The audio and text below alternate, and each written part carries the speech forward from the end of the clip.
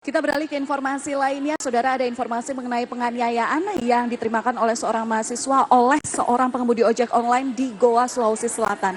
Penganiayaan ini dipicu karena pelaku kesal lantaran korban membatalkan pesanan.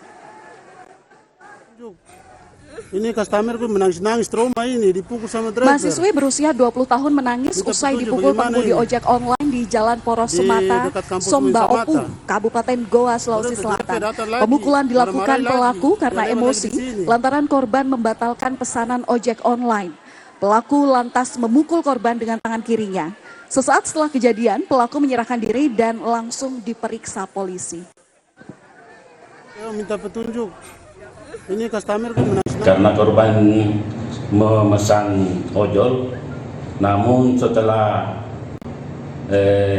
pelaku ini merasa dibatalkan pesanannya, sehingga secara tidak langsung korban ini tidak mengetahui permasalahan.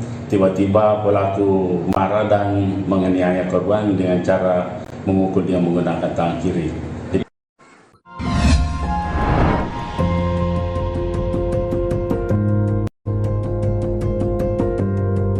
Kompas TV, Rumah Pemilu.